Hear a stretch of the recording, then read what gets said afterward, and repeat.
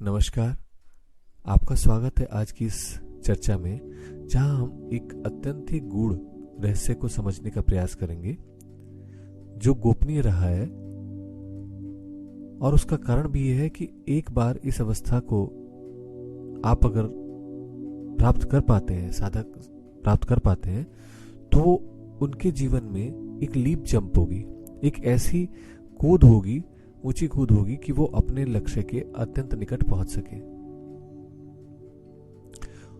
तो आज हम समझने का प्रयास करेंगे कि ये पद्म शरीर क्या है और इस पद्म शरीर से इसके क्या लक्षण हैं, कैसा होता है, हम इसको कैसे प्राप्त कर सकते हैं और इसको प्राप्त करने से हमारी यात्रा किस प्रकार सुगम हो पाएगी। तो आइए प्रारंभ करते हैं। हम सभी जानते हैं कि जीवन में ऊर्जा और इस मास का, एनर्जी और मास का एक संतुलन बना हुआ है और इसी कारण से हम बहुत सारी आकृतियां देख पाते हैं और बहुत कुछ सुन और समझ पाते हैं, क्योंकि कुछ ऊर्जा है और कुछ ऊर्जा और मास का मिला जुला रूप है। अब ऐसे में अगर हम और थोड़ा सा गहराई में देखने का प्रयास करें तो क्या ये ऐसा नहीं है कि एनर्जी से मास तक और मास से एनर्जी तक एक तरह का स्पेक्ट्रम हो? क्योंकि कहीं पर भी कुछ ऐसा नहीं कि जो ब्लैक एंड व्हाइट है कि बस ये एनर्जी है और ये बस मास है। सभी में दोनों ही गुण हैं। जैसे ऊर्जा में देखिए, प्रकाश में जो छोटे छोटे पार्टिकल्स हैं जिन्हें फोटोन कहते हैं, अब वो पार्टिकल भी है और वो ऊर्जा भी है, वो दोनों के ही लक्षण दिखाते हैं। ऐसे ही हम सभी एक पार्टिकल की तरह से भी हैं, एक मास की तरह से भी हैं और हमारे अंदर ऊर्जा के लक्षण भी दिखाई देते हैं। तो जो भी चीज आपको जीवित दिखाई देगी उसमें दोनों ही नित्य निरंतर गतिशील हो रहे होंगे। तो ऐसे में जब ये प्रक्रिया होती है तो 3 स्तर स्पष्ट रूप से बनने शुरू होते हैं। एक होता है विशुद्ध ऊर्जा का, एक विशुद्ध मेटेरियलिस्टिक यानी पदार्थ का, मास का, और एक उसके बीच के ग्रेडेशंस यानी कि पदार्थ और ऊर्जा के विभिन्न स्तर।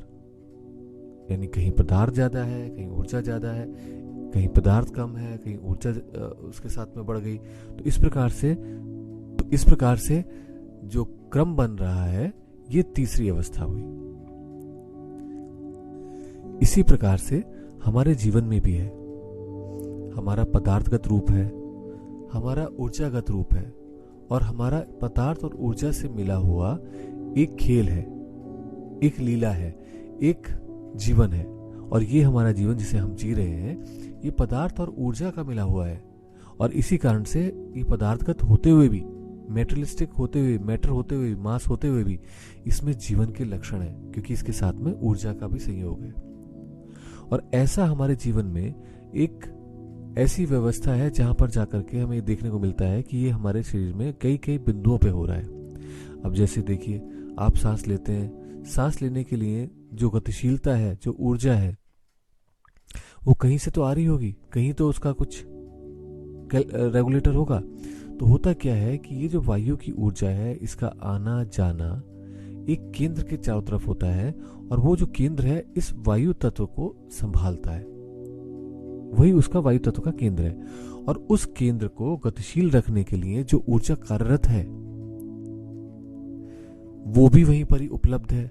तो इस कारण से ये ऊर्जा का सिकुड़ना और फैलना, यानी कि जब ऊर्जा फैलती है तो क्या होता है, फेफड़े फूल जाते हैं, सांस आ जाती है, और जब सिकुड़ जाती है तो क्या होता है, वायु बाहर निकल जाती है। तो जो ये वायु तत्व का केंद्र है हमारे शरीर में, उस केंद्र के अंदर जो ऊर्जा है जो इसे फैलती और सिकोड़ती है, यानी उस केंद्र को सक्रिय रखती है, ये वो अवस्था हुई जहां पर पदार्थ भी है, वायु भी है और वहां पर ऊर्जा भी है।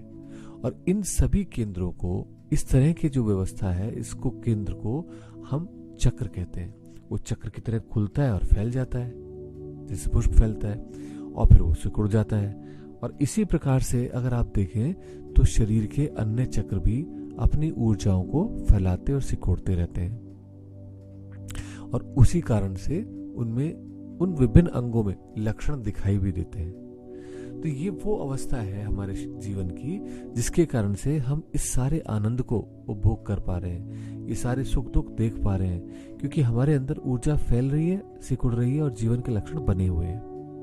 तो ये जो चक्र है, इनको योग में पद्म भी कहा गया है और इनके नाम भी दिए गए हैं। अब जैसे जो प्रारंभिक है वो नीचे से अगर हम प्रारंभ करें तो मूलाधार पृथ्वी तत्व से संबंधित है, स्वादिष्ठान जल तत्व से संबंधित है, मणिपुर अग्नि तत्व से संबंधित है, अनाहत वायु तत्व से संबंधित है, विशुद्ध आकाश तत्व से संबंधित है, आज्ञा मन से संबंधित है, महत से संबंधित है।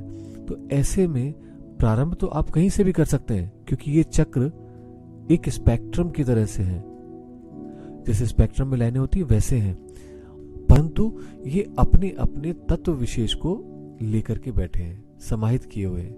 उस तत्व से संबंधित जो भी क्रियाएं पूरे शरीर में, उसको समाहित किए हुए हैं, और उसका जो तत्व का मूल है वो ऊर्जा, जिसके माध्यम से वो तत्व फैलता है और सिकुड़ता है, फैलता है और सिकुड़ता है। तो इससे क्या होता है? इससे वो जीवन का लाभ प्राप्त होता है। तो अगर वास्तव में देखा जाए तो ये हमारे जीवन की एक श्रेष्ठ व्यवस्था है, अवस्था है, जिसको हम समझने का प्रयास कर रहे हैं और इससे समझने का कोशिश कर रहे हैं कि एक्चुअली फिर हम किस जगह पहुंचे कि अपनी यात्रा में, अपनी साधना में एक लीप जंप हो सके। तो ये जो शरीर है, जो इन पद्मों का बना हुआ है, इन ऊर्जाओं का बना हुआ है, जहां पर तत्व भी है और ऊर्जा भी है, जहां पदार्थ की प्रारंभ भी है और ऊर्जा भी है, यानी कि ऊर्जा और पदार्थ का एक बैलेंस बना हुआ है।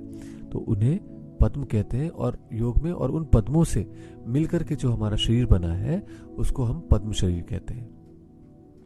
अब आप ये देखिए, जहां भी ये क्रिया घट रही है वो सारा का सारा भाग पद्म शरीर का हिस्सा बन जाता है। अर्थात जहां भी ऊर्जा का मैटर में यानी पदार्थ में कन्वर्जन, या पदार्थ का ऊर्जा में कन्वर्जन, या उन दोनों का एक डायनामिक बैलेंस बना हुआ है, वो इस पद्म शरीर का हिस्सा है। तो होगा क्या? अब अगर हम इसे समझने का प्रयास करें, हमारा एक भौतिक शरीर है जिसमें हमारे अंग काम करते हैं, उपांग काम करते हैं, और उन जूसेस और उन रसों के माध्यम से हमारा जीवन का संवहन होता है। उसके गहरे में अगर हम उतरे तो वो अवस्था आई जहां पर ऊर्जा और पदार्थ दोनों का बैलेंस हो गया। तो यानी कि it is next stage is energy only, ऊर्जा मात्र। तो हम इस 3 की कड़ी में पद्म शरीर वो दूसरा शरीर है, वो जो मध्य शरीर है, जिसके माध्यम से हम अपने जीवन में संपूर्णता को प्राप्त कर सकते हैं।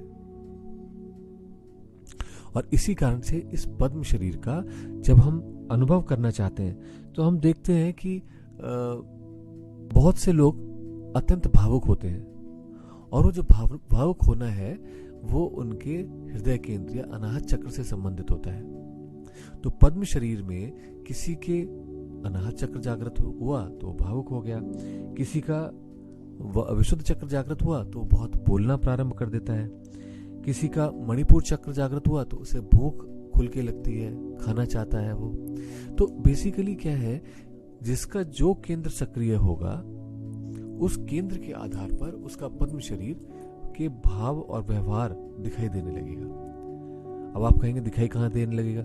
दिखाई देने का मतलब मैं ये नहीं कहना चाह रहा हूँ कि वो पद्म शरीर फिजिकली आपको दिखाई देगा, वो पद्म शरीर तो आपके अंदर ही है, लेकिन उसके लक्षण दिखाई देने लग जाते हैं। तो इसलिए पद्म शरीर अपने आप में वो अवस्था है जो हमारे इस जीवंतता के लिए इंपॉर्टेंट है। तो हमें करना क्या चाहिए ऐसे में? हमें करना ये चाहिए कि इतनी महत्वपूर्ण अवस्था को प्राप्त करने के लिए पद्म शरीर को पूरी तरह झंकृत कर देना चाहिए, उससे अपना पहचान कर लेनी चाहिए, क्योंकि जब उससे पहचान हो जाएगी तो नया एक पायदान है जहां से आप अपने जीवन के और गहरे पक्ष तक पहुंच सकेंगे। तो इसके लिए सरल से स्टेप्स क्या हैं? पद्म शरीर के लिए अपने शरीर के चक्रों को बैलेंस करना है, उनके ब्लॉकेजेस को दूर करना है ताकि वो अपने कार्य को सुचारू रूप से संपन्न कर सके। और ये सब कुछ करने के लिए जो हमारा सहायक है वो श्रेष्ठ सहायक है सोहम, हम सब, श्वास प्रश्वास, यानी कि जो क्रिया स्वतः ही सिद्ध है, जो स्वतः ही हो रही है, जिसके माध्यम से ये चक्रों को निरंतर गतिशीलता मिल ही रही है, अगर हम उस पर ध्यान दें और उसे समझने का प्रयास करें, उसे डिस्टर्ब ना करें, तो वो स्वतः ही हमारे अंदर उन भावों को, उन बोध को जागृत कर देगी, जिसके माध्यम से आप इस अपने पद्म शरीर को उपयोग में ला सकते हैं और साधना के और गहराइयों में उतर सकते हैं।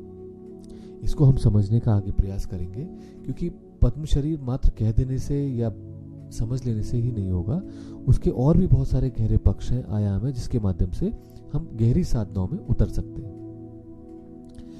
तो ऐसे में एक सरल सा उपाय जिसके माध्यम से आप अपने उस विशेष चक्र को, भाव को आंदोलित कर सकते हैं, जहां से आप अपने आप को रेगुलेटेड अनुभव करते हैं, और उसके साथ साथ आप बाकी चक्रों को भी बैलेंसिंग उसके माध्यम से प्रारंभ कर सकते हैं। तो करना क्या है, सिंपल सा प्रोसेस, अपने किसी भी आसन पे शांत भाव से बैठ जाइए। प्रयास कीजिएगा उत्तर की ओर मुंह हो, रीढ़ की हड्डी सीधी हो। सुखासन, सिद्धासन, पद्मासन में से कुछ भी आसन आप लगा सकते हैं, और सहज भाव में कुछ सांस लीजिए, श्वास प्रश्वास लीजिए और छोड़िए बहुत शांत भाव से।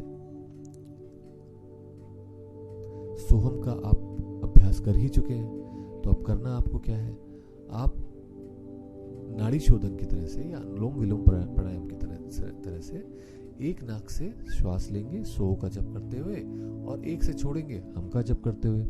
परंतु जब भी आप श्वास ले रहे हैं तो आप भरिए श्वास उस चक्र में। ये अनुभव कीजिए कि ऊर्जा आपकी उस चक्र तक पहुंच रही है, क्योंकि आपसे पिछली वीडियोस में चर्चा हो चुकी है कि वायु तो हमारे फेफड़े में भरी जाती है, प्रेशर हमारी नाभि तक जाता है, बट ऊर्जा हमारी आगे तक जाती है, चक्रों तक जाती है। तो आप उस ऊर्जा को अनुभव कीजिए उस चक्र तक जाते हुए, और जब आप प्रश्वास करेंगे तो वहां से वो सिकुड़ेगा और उसमें से बहुत कुछ आपका बाहर निकल जाएगा, धुआं सा बनता हुआ, तो उसे निकल जाने दीजिए। तो इस प्रकार से उस चक्र को रिवाइटलाइज कर दीजिए, रिजुविनेट कर दीजिए, उसको वापस युवा कर दीजिए। और ऐसा करने पर उसके अंदर का जो ऊर्जा का और पदार्थ का बैलेंस है, डायनामिक बैलेंस है, वो श्रेष्ठ अवस्था में आ जाएगा। वो एक ऐसी अवस्था में होगा कि वो आपके अंदर जीवन की संभावनाओं को और अधिक मजबूत करता जाएगा, और साथ ही साथ ये हमारे लिए एक ऊंचे पायदान पर, नेक्स्ट लेवल पर जाने की साधना में बहुत अधिक उच्च स्थिति बनती जाएगी। तो इसलिए इसका प्रयोग करके देखिए, छोटा सा प्रयोग है, विभिन्न चक्रों पे किया जा सकता है। आप जब इस प्रयोग को करेंगे तो अपने आप में अनुभव करेंगे कि उस चक्र से संबंधित भाव, उस चक्र से संबंधित ऊर्जाएं कैसे आपके अंदर रिफॉर्म हो रही है, रिफाइन हो रही है, और कैसे वो सारे जो नेगेटिविटीज आपके अंदर, जैसे अग्नि की क्रोध था, वो क्रोध बदल गया एक खुले दिल में, जिसमें सभी को आप समाहित कर सके। तो ऐसे में इस प्रयोग को आप कीजिए। अगली बार हम चर्चा करेंगे इसके और भी गहरे पक्षों के बारे में, कुछ भावों को लेकर के, ताकि समझ आए कि कैसे वो कलाओं में परिवर्तित हो जाते हैं, कैसे वही चीज जिसको हम अभी तक बुरा मान रहे थे वो एक असेट बन जाती है हमारी, और वो हमारे लिए एक जीवन की कला को हमारे अंदर ऐड कर देती है। तो आज के लिए इतना ही, अगली बार फिर इस विषय पर चर्चा करेंगे। नमस्कार।